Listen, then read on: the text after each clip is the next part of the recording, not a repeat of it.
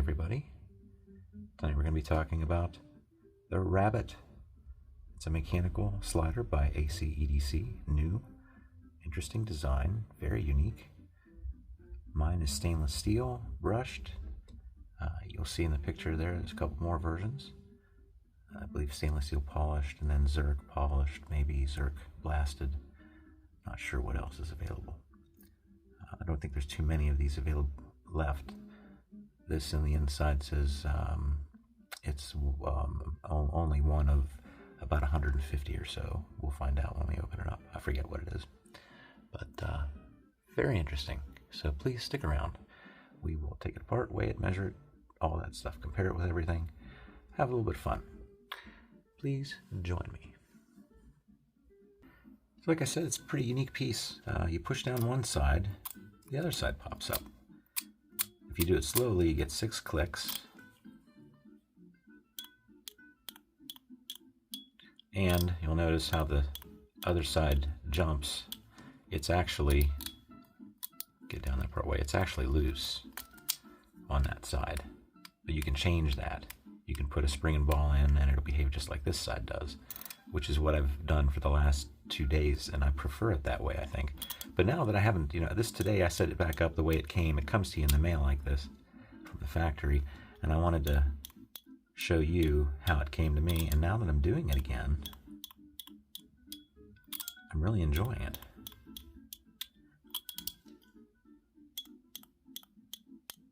So 6 clicks either side.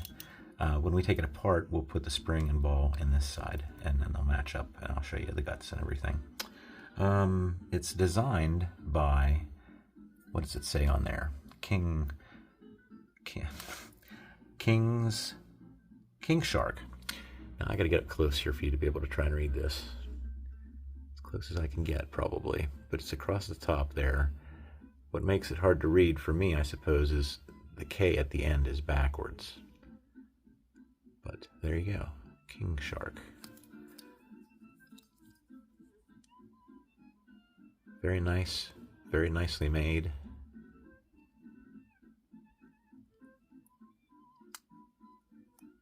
So yeah, let us go ahead and move on to the next segmento.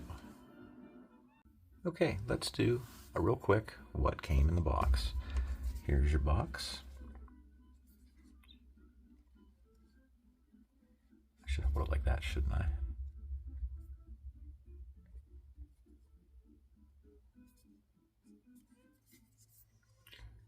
Hold that still for you for a second.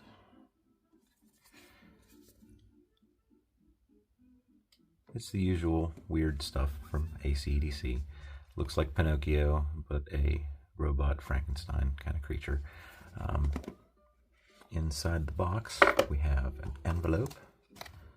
Here is the sealed pack that it came in. I am number 41. I forgot what my number was, but I think the total number is weird. It's like a number 41 of 151 or something. I did not scan this yet myself, so there if you want to know what that is. Box had nothing else in it. And in here, we've got some of the usual junk from these places. A mass-produced quality control sticker that was supposed to look like it was stamped. A sticker, and then a few more stickers. They do have nice stickers, ACEDC, although I really don't put them on anything. I just been holding on to them. You also get a few extra parts. Unfortunately, those 2 screws are not the ones that you would really need a replacement screw. You only have 1 screw for the back of this. That's the one they should have gave you an extra one of those. These are 2 for the inside. I'll show you in a minute. But there's no reason you'll ever need to replace those, and you'll never lose them. So I don't know why they gave you 2 extra.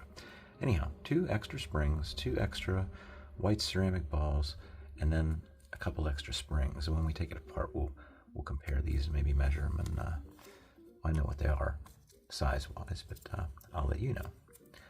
So, we'll do that later. That is what was in the box. Okay, let's do weights and measurements. are no magnets in this, and as I said before, it's stainless steel. I do have this in titanium and zirconium. 55 grams. Measurements. Well, we can line these up. We can get a couple different measurements. When these are lined up, let's say that's the ideal way you would have it in your pocket, perhaps, or a carrying case. I'm getting 40 millimeters right on the nose. The width, 30. The height without the extensions, the buttons, is 34. And the overall thickness of this part is 10. Now the little parts that stick out, just for you to know, in case you need to know, that's just under 6 millimeters thick, and the width on these things is just over 10, and the length doesn't matter because half of it's in here. So I think that's it for our measurements and weights. Okay, let's do some comparisons. Let's do the usuals. So we got a Mackie CP3 here. A lot of people have one of those lying around.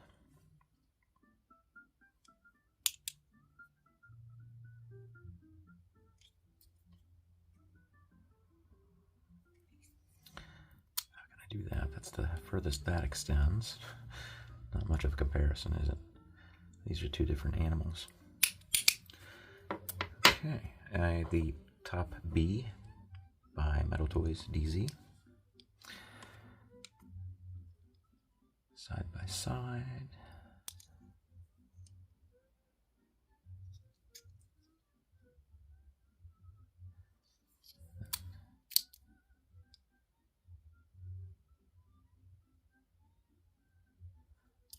Okay, and then I didn't have too many other things that were actually anything near the shape or size of this, except for one of my few other ACEDC pieces.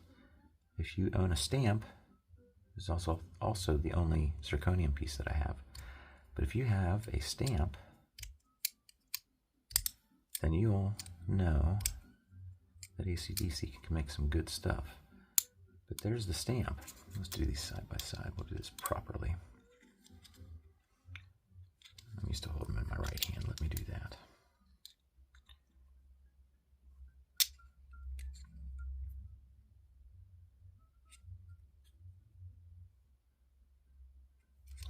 So this one only extends out a couple clicks.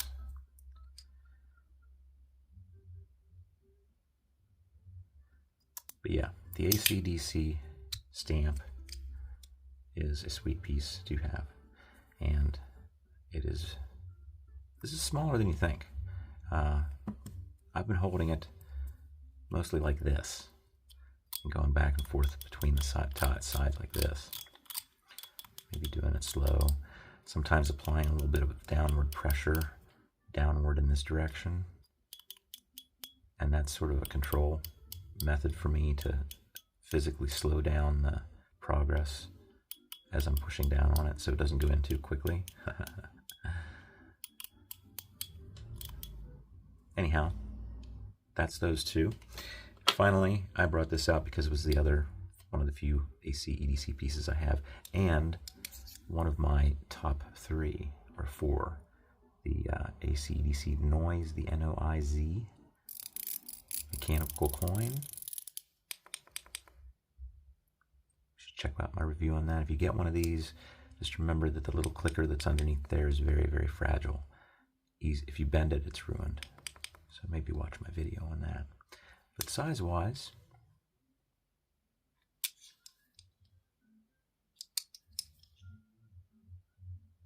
and there's no extending this, so there you go. Alrighty, let's take this puppy apart. Alrighty, we're going to be using a T6. It's actually an Allen screw, but probably metric, but a T6 fits. Just don't crank down on it or anything. As I take the screw out, I'm holding it together on the sides here so it doesn't come apart. Otherwise, it may come apart. Once it's unscrewed, all you got to do is lift off this top piece. I'll put it up here, and there you get to see the interior for the first time. Little rocker piece down there with a bearing, and you'll see the right side has a spring and ball, and the left side does not yet. And we're going to put one in there. But I'll show you how the whole thing comes apart. It's kind of neat. It's all held together because it's sitting inside of its tray, so to speak. This is the top piece, bottom piece.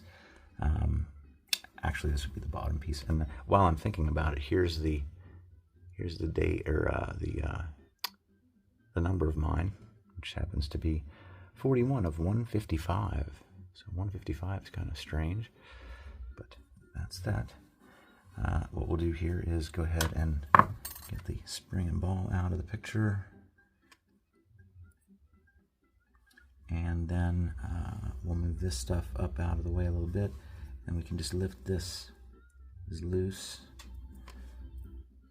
That is the rocker. I think it's probably made out of Delrin. Tiny little ball bearing. I think it might be glued or pressed in place. It didn't want to come out. I didn't want to force it. No need to, really. So we'll just put that there since it's hard to see against a black background. Am I in frame? I am in frame. That's good. Now, to take this apart, you see right now it slides back and forth, and it's limited by this groove right here. And the other limiting mechanism is this screw. That's the extra screws they gave you. 2 extra screws that are deep inside the machine. They're never going to fall out. You're never going to lose them, and they're not going to go bad. I much would have rather had them give me an extra main screw, but I digress.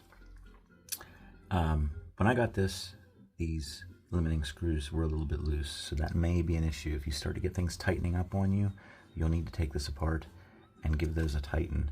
And if they continue to loosen up on you, then you'll need to put some Loctite on them. And I would prefer 222. We'll take those apart in a second, but I've got a Phillips head 1 just for that purpose. But to take this all out, we're basically just going to sort of lift it out. If you keep everything together, if you hold everything together like this, you can get away with that. You could flip it over, turn it over on its end, but I thought I'd do it that way. So now we're down to these parts. We've got 3 Teflon pieces and the 2 slider pieces. That's all going to just sort of fall apart here for us. What's really nice about this is everything is symmetrical. These can go in this way, this way, this way, this way, that way, and this middle piece as well. It can only go in this way, or you could flip it upside down. Same thing. It does not go in the wide way though. But we'll put it back together here in a second. A closer look at this. We have one of the sliding pieces. There's a groove on each side. It rides in the Teflon. And then there's the back of that little set screw. That's your limiting mechanism. And then the front. You just want to make sure that's snugged in there. And then this will be sticking out just the exact right length to fit down in these grooves. So there we have pretty much the whole thing taken apart. And what we want to do now is add in another spring and another ball. Alrighty, well, putting it back together is almost the same as taking it apart. I'm going to build it down here, outside the box, so to speak.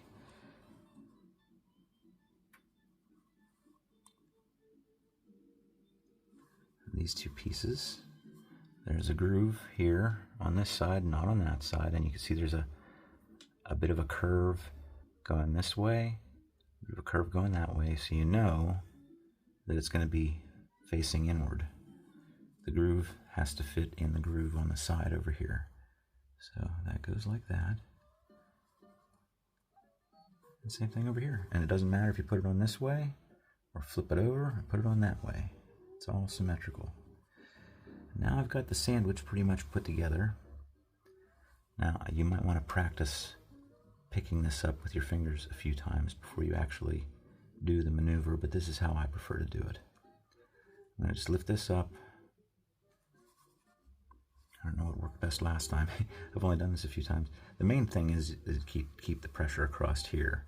If you push over here, everything's gonna, I'll show you. It'll do that on you. So push it together up here towards the top and lift it. Bring it over here and gently place it down in. Get it as close as you can. It's not going to go in perfectly right away, but once you get it near, wiggle things around a little bit. That seems okay. Something's going on over here. All right. I think they weren't fully seated down in there now. But now you can see everything's back in. The limiting mechanism is working the way it's supposed to. We'll move these up out of the way, and I will start to put back in the other parts. This, I'm going to advise you to probably put in with there's a side, this is the side that the bearing was inserted into, because you can see most of the bearing here. This side is not, because you can see the bearing wouldn't fit through that hole. So I'm going to ask you to put the shiny side facing up. I think that's what I want to do now. It probably doesn't matter, but I'm not 100% sure yet. But once you set it in there, just let it in there loose like that. Now we can start to put the springs and balls back in.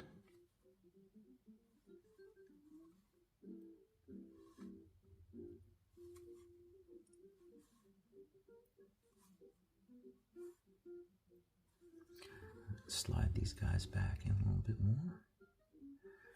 And then it's just a matter of carefully getting that back on top, and you want to wiggle it a little bit as it goes down on there to make it fit. Double check everything's okay. Then just squeeze these two parts together, give it a little test. Looks like it works to me. And now I can go ahead and replace the main screw. Oops, I still have the Phillips head in there.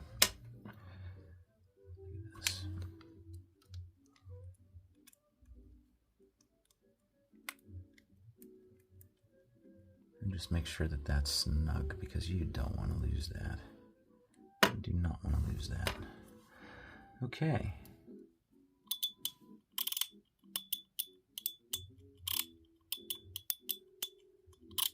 I like this. You know, I might like it the other way better. This way now, it's not doing that jump. Remember how it was when there was only a bearing and spring on one side? I'd press down on this side, and this side would go pop, pop, pop, jump, jump, jump, until it was all the way down. Now there's a spring holding it back.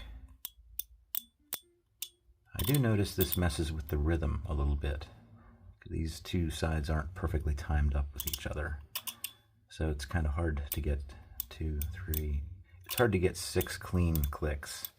It's more like click, click, click, click, click, click, click, click. But if you put a little pressure, downward pressure like this, I've noticed that helps me have a lot of control over it. And again, I've mostly been holding it like this. Don't want to drop it. It's brand new. It's pretty easy to hold and use this way too.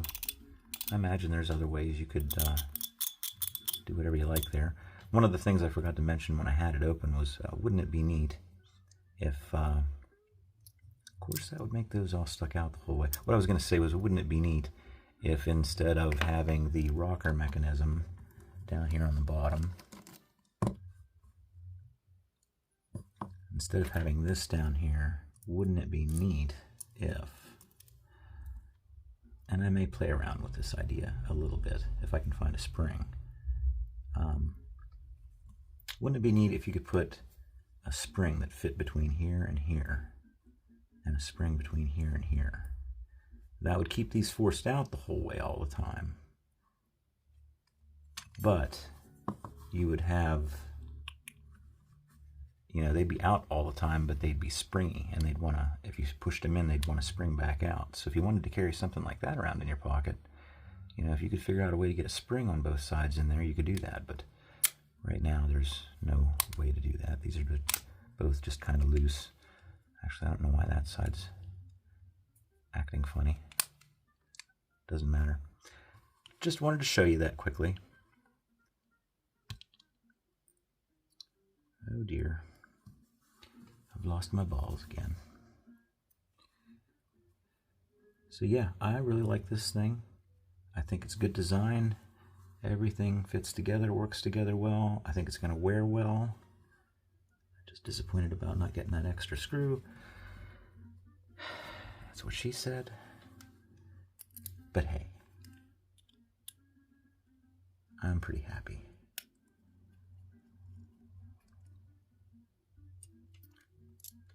And that, oh, darn it, I left that out again.